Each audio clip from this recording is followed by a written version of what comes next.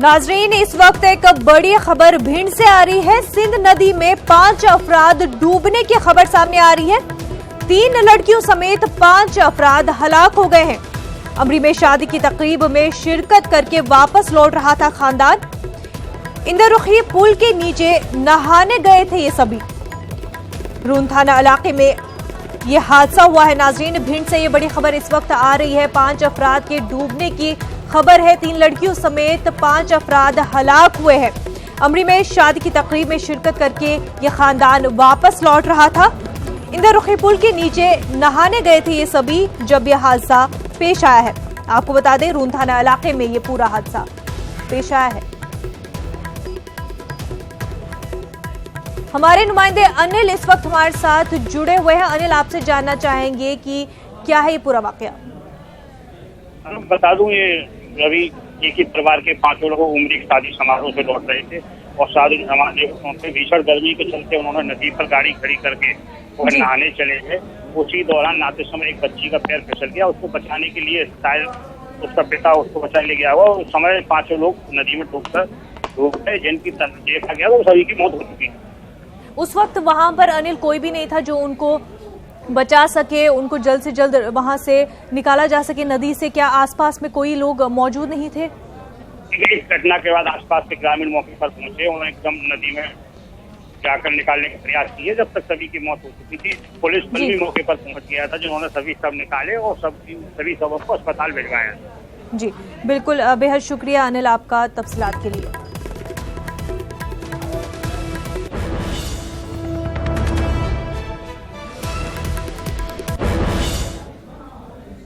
नाजरीन, वजीर आजम नरेंद्र मोदी ने अंबेडकर नगर में अवामी रैली से खिताब किया। उन्होंने अपोजिशन पार्टियों को सख्त तनकीद का निशाना बनाया है। उन्होंने कहा कि इन पार्टियों ने मजदूर भाई बहनों की परवाह नहीं की है। देश में हो रहे इस परिवर्तन के बीच, मजबूत भारत के निर्माण के बीच, सपा हो, बसपा हो या कांग्रेस, इनकी सच्चाई जानना भी जरूरी है। बहन जी ने बाबा साहब के नाम का उपयोग किया, लेकिन उनके आदर्शों के विपरीत हर काम किया। समाजवादी पार्टी ने डगर डगर पर लोहिया जी का नाम लिया, नाम का उपयोग किया, लेकिन अपने आचरण से न सिर्फ यूपी की कानून व्यवस्था को तहस नहस कर दिया, बल्कि लोहिया जी के आदर्शों को भी मिट्टी में मिला दिया। साथियों, आज मैं इन लोगों से कुछ सवाल भी करना चाहता हूं। क्या समाजवाद की बातें करने वालों को,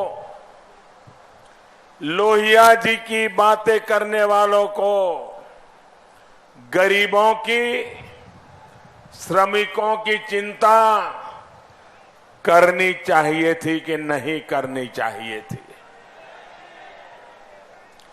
क्या बहुजन हिताय की बात करने वालों को, बाबा साहब की बात करने वालों को श्रमिकों की चिंता करनी चाहिए थी कि नहीं करनी चाहिए थी? कांग्रेस लीडर प्रियंका गांधी ने बड़ा दावा किया है। उन्होंने कहा है कि यूपी में बीजेपी बुरी तरह हार रही है। 2019 में बीजेपी को यहाँ से हराना है। बीजेपी बुरी तरह उत्तर प्रदेश में पीछे जाएगी, बहुत बुरी तरह हारेगी। और ये बहुत स्पष्ट है कि जहाँ हमारे उम्मीदवार अच्छा लड़ रहे हैं वहाँ, और जहाँ मजबूत है वहाँ कांग्रेस जीतेगी। जहाँ हमारे उम्मीदवार थोड़े से हल्के हैं वहाँ पे हमने ऐसे उम्मीदवार दिए हैं। नाजरीन, तूफान फानी ने शिद्दत इख्तियार कर ली है। तूफान फानी के पेश नजर उड़ीसा में रेड अलर्ट जारी कर दिया गया है। उससे उड़ीसा, आंध्रा समेत जनूबी हिंदुस्तान भी मुतासिर हो सकता है। तूफान फानी की वजह से समंदर में ऊंची लहरें उठेंगी। महकमा मौसमियात के मुताबिक 165 से 175 किलोमीटर घंटा की रफ्तार से हाई चल सकती है। महकमा मौसमियात ने रेड अलर्ट जारी कर दिया है। शुमाली हिंदुस्तान में भी फानी तूफान का असर हो सकता है। तेज हवाओं के साथ तेज बारिश हो सकती है। आपको बता दें कि तूफान फानी के पेश नजर ईस्टर्न नेवल कमांड का हाई अलर्ट जारी कर दिया गया है। विशाखापट्टनम और तमिलनाडु के आरकुनम में बहरिया को अलर्ट जारी कर दिया गया है।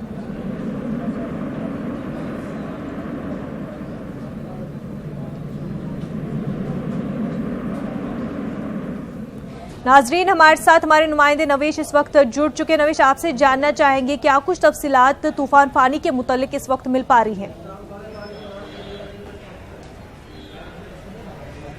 देखिए मुरज्जा, फनी जो भी अभी बताया जा रहा है कि 3 तारीख को और ये कोस्ट को हिट करेगी, मगर इससे पहले उड़ीसा सरकार और जो डीएम्स हैं अलग अलग जिलों के, सब अभी हरकत में आ चुके हैं। अभी हम कटक डीएम के ऑफिस में हैं और एक बड़ी मीटिंग अभी भी थोड़ी देर पहले खत्म हुई है और यहाँ के जो कटक के डीएम है, इनका सीधा निर्देश ये रहा है, अगर कोई सरकारी कर्मचारी जो है छुट्टी पर जा रहा है तो तुरंत उसको अरेस्ट किया जाएगा। उसको अरेस्ट करने के लिए उन्होंने ऑर्डर भी पास किया है। तो अगर पूरी उड़ीसा की बात की जाए तो अभी बहुत कम समय बचा है प्रशासन के हाथ में कि जो तटीय इलाकों में जो लोग रह रहे हैं या फिर जो झुग्गी बस्तियों में रह रहे हैं उनको इवैक्यूएट किया जाएगा। अगर कटक की बात की जाए तो कटक से आज शाम तक लगभग 16,000 जो बस्तियां हैं, जो लोग बस्ती में रह रहे हैं, उनको अभी हटाया जाएगा।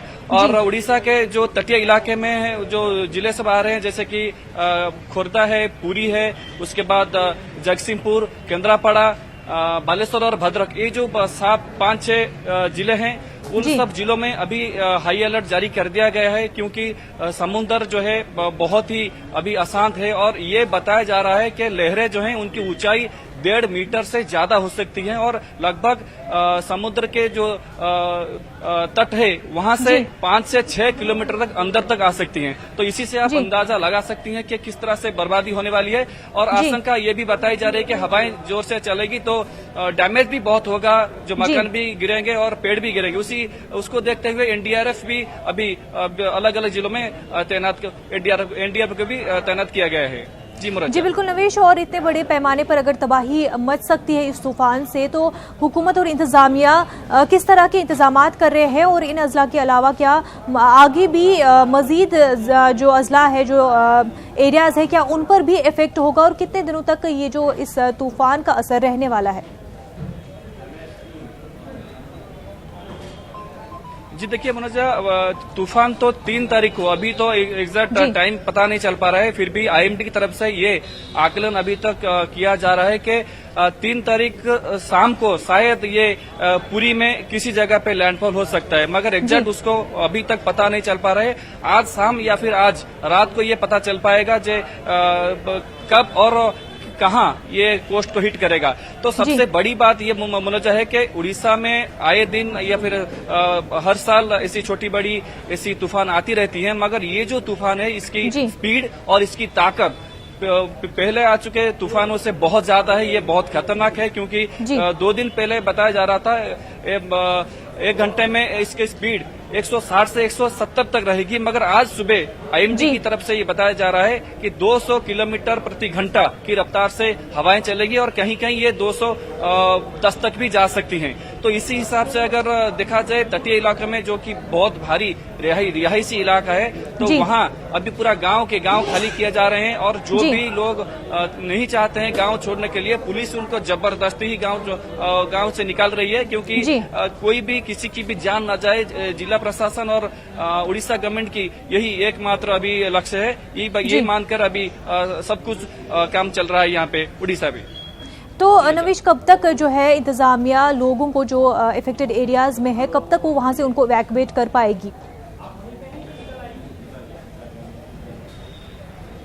देखिए अभी ये जो उड़ीसा सरकार है, ये उड़ीसा सरकार ने एक फरमान भी जारी किया है कि 3 तारीख को तो ये कोस्ट को हिट करेगी, मगर आज शाम जितना भी हो सके आज शाम या फिर कल सुबह तक जो सब इलाके निचले इलाके हैं, जो सब बस्तियां हैं, जो ये माना जा रहा है कहीं पे अगर कोई इलाके को ज्यादा खतरा महसूस हो तो तुरंत बिना समय गवाए तुरंत उसको खाली किया जाएगा। और ये काम भी अभी शुरू हो गया है। जैसे कि पुरी में बहुत से इलाके, बहुत से गांव अभी खाली करा जा चुके हैं, केंद्रापाड़ा में हो चुके हैं, जगतसिंहपुर में हो चुके हैं, बालेश्वर और भद्रक ये 2 जिलों में भी अभी गांव खाली करा रहे वो काम चल रहा है। और इसके बाद जो तटीय इलाकों से दूर के जिले हैं वहां भी भारी बारिश की आशंका की जा रही है। जैसे कि कटक जहां पे अभी है हम यहाँ, ये तो कटक जिला तो कोस्ट से लगभग समुद्र किनारे से लगभग 70 से 80 किलोमीटर दूर है, मगर यहाँ भी भारी बारिश की चेतावनी दी जा रही है आईएमडी की तरफ से,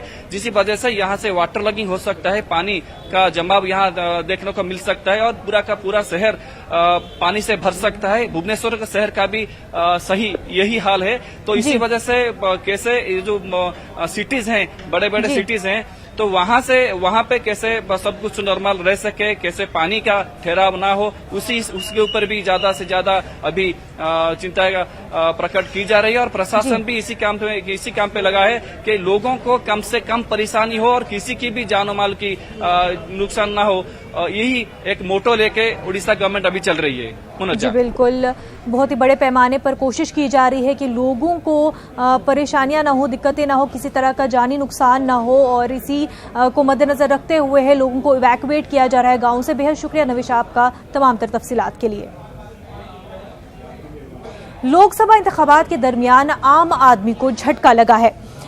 पब्लिक सेक्टर की तेल कंपनियों ने रसोई की गैस की कीमतों में इजाफा कर दिया। आपको बता दें गैर सब्सिडी एलपीजी सिलेंडर के दाम 6 रुपए बढ़ गए हैं।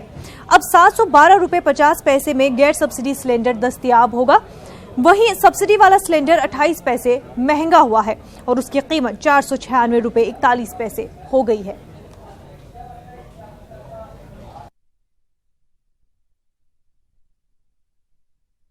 नाजरीन, श्रीलंका में ईस्टर के मौके पर हुए सिलसिलावार धमाकों के बाद मुश्तबा अफराद को तलाश करने का जो काम है वो अभी भी जारी है। उनकी धरपकड़ या उन्हें ठिकाने लगाने का अमल इस वक्त जारी है। आपको बता दें दूसरी तरफ श्रीलंका की हुकूमत ने मुमकिन हमले से बचने के लिए कई इक़दामात भी कर रही है। इसी सिलसिले में वहां चेहरा ढकने पर पाबंदी आयद कर दी गई है। सदर श्रीसेना मैत्रीपाला के इस कदम की सताइश हिंदुस्तान में भी कुछ हलकों में की जा रही है। हिंदू सेना के बाद सियासी जमात शिवसेना ने भी हिंदुस्तान में हिजाब पर पाबंदी का मुतालबा किया है। तर्जुमान सामना के इदारिया में श्रीलंकाई सदर की तारीफ की गई है। शिवसेना के मुताबिक हिंदुस्तानी हुकूमत इस तरह के सख्त फैसले कब लेगी। शिवसेना ने हिंदुस्तान में अवामी मकामात पर बुर्के पर पाबंदी लगाने का मुतालबा किया है।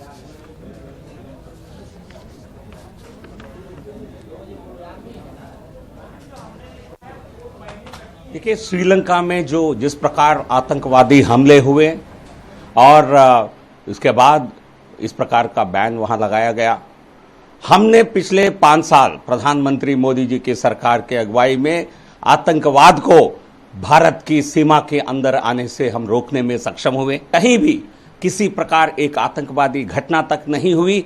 यही हमारे सरकार मोदी जी की जीरो टॉलरेंस अगेंस्ट टेरर की उसकी नतीजा थी। और किसी प्रकार की बैन लगाने की मेरे विचार से आज कोई आवश्यकता नहीं है। उनके हिंदुस्तान का संविधान, हिंदुस्तान के सुप्रीम कोर्ट जजमेंट्स वो लॉ हैं जो शिवसेना पोपट नहीं समझ सकती है। दूसरी बात, मैं इलेक्शन कमीशन से रिक्वेस्ट करूंगा कि इनके इस आर्टिकल को वो इमीडिएटली इसका नोटिस लें, और ये मॉडल कोड ऑफ कंडक्ट का वायलेशन है, एमसीसी का ग्रेव वायलेशन है, और ये पूरे मुल्क में नफरत फैलाने की कोशिश कर रहे हैं मुस्लिम खवातीन के खिलाफ और मुसलमानों के खिलाफ। तो इलेक्शन कमीशन को फौरन इसका नोटिस लेना चाहिए। थर्डली, ये पेड न्यूज़ में आता है, ये पेड न्यूज़ में आता है। तो ये 3 चीज़ों का ये ग्रेव वायलेशन है। प्रज्ञा सिंह ठाकुर ने बुर्के पर लगाने जाने वाली पाबंदी के मामले को लेकर के शिवसेना वाले बयान पर अपना रद्द-ए-अमल जाहिर किया है। उन्होंने कहा है कि अवामी जगहों पर बुर्के के इस्तेमाल पर पाबंदी लगनी चाहिए और मुल्क के तहफ़्फ़ुज़ के लिए अवाम को ताउन फराहम करना चाहिए। के बाद साध्वी प्रज्ञा ठाकुर अपने प्रचार के लिए निकलने वाली है। यहाँ सामना में लिखा कि जिस तरह से बुर्के पे प्रतिबंध श्रीलंका में लगा, आप भारत में भी होना चाहिए, ऐसा वो कह रहे हैं। प्रज्ञा ठाकुर क्या सोचते हैं?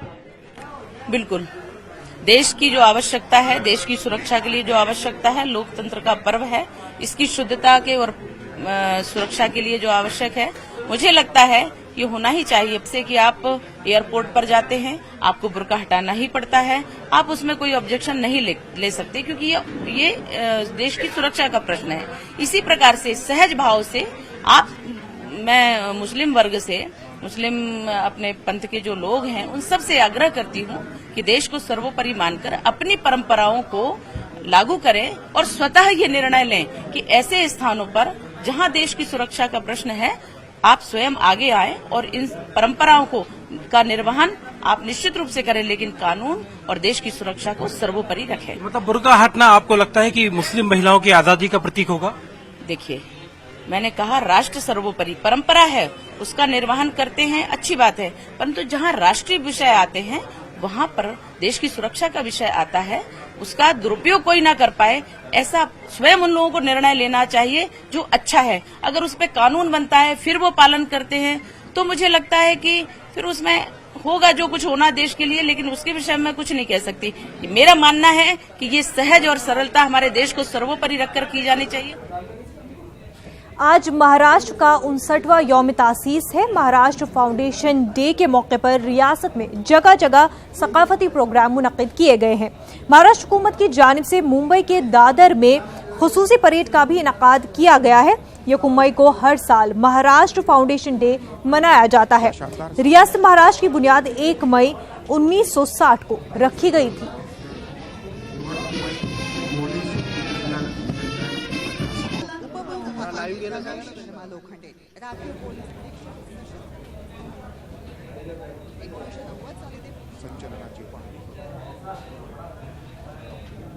नाजरीन, आज आलमी यौम मजदूर है। हर साल 1 मई को लेबर डे मनाया जाता है।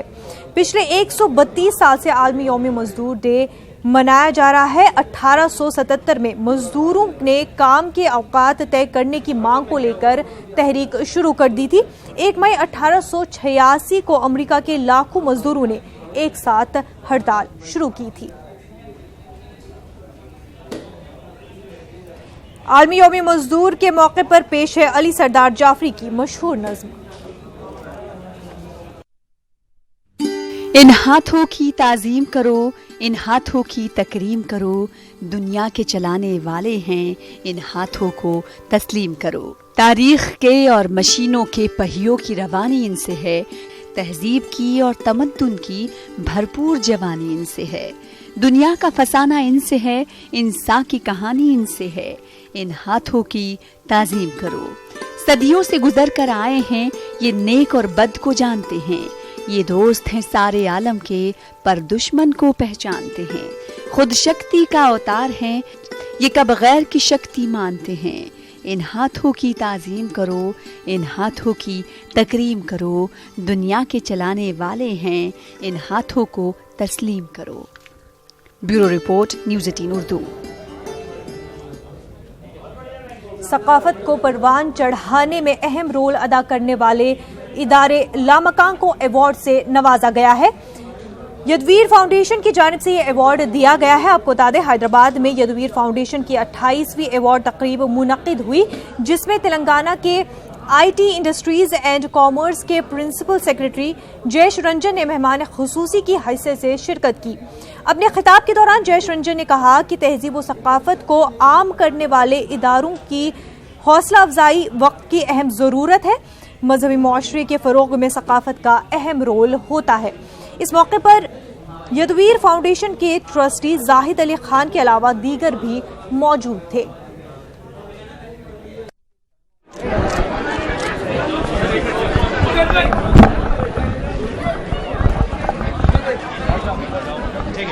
सकाफ़त हमारी ज़िंदगी का इतना बड़ा हिस्सा है कि जितना भी काम इसके लिए किया जाए वो कम है, और मैं बड़ा शुक्रगुज़ार हूँ यदवीर फाउंडेशन का कि उन्होंने हमें इस अवार्ड से नवाजा। ये अवार्ड उन सारे लोगों के लिए है जो लामकान के कॉन्सेप्ट में बिलीफ रखते हैं। युद्धवीर फाउंडेशन का आप सिर्फ अगर कंपोजिशन देख लें, युद्धवीर साहब की खुद ज़िंदगी देख लें, तो वो खुद एक नुमाइंदगी करती है एक जहती की और जिसे कहते हैं हार्मनी की और इंक्लूसिवनेस की।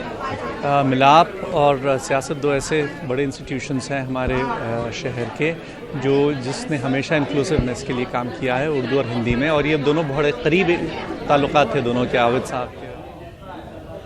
तलबा के खुदकुशी के वाकयात को रोकने के लिए ऑल पार्टी दस्तखती मुहिम शुरू की गई है। इंदर पार्क पर तेलंगाना जन समिति के सदर प्रोफेसर कोदंडाराम ने दस्तखत करते हुए मुहिम का आगाज किया है। मॉर्निंग वॉक के लिए आने वाले तमाम मर्द और खवातीन ने दस्तखत करते हुए मुहिम की तायीद की है। इस मौके पर प्रोफेसर कोदंडाराम ने कहा कि खुदकुशी मसले का हल नहीं होता है, तलबा को चाहिए कि वो अपने हकूक के लिए जद्दोजहद करे। वाज़ेह है कि तेलंगाना बोर्ड ऑफ इंटरमीडिएट की लापरवाही के सबब इंटरमीडिएट में 3 लाख से ज्यादा तलबा का नाकाम हो गए हैं, जिससे दिलबर्दाश्त न होकर 20 से ज्यादा तलबा ने खुदकुशी की है।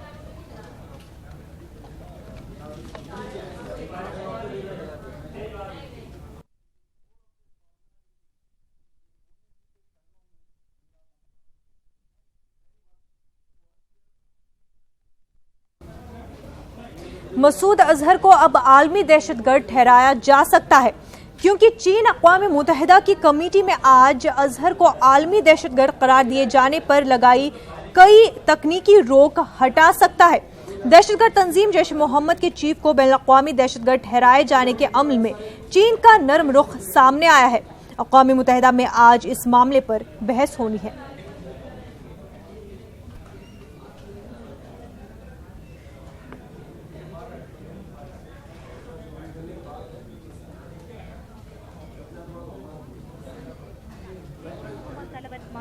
പാകിസ്ഥാനിലുള്ളത് ഹാജരാക്കിയാൽ മാത്രമേ മസൂദിനെതിരെ നടപടിയെടുക്കാനാകൂ എന്നും ഇന്ത്യ പാക് വിഷയത്തിൽ ഇടപെടാൻ തയ്യാറാണ്।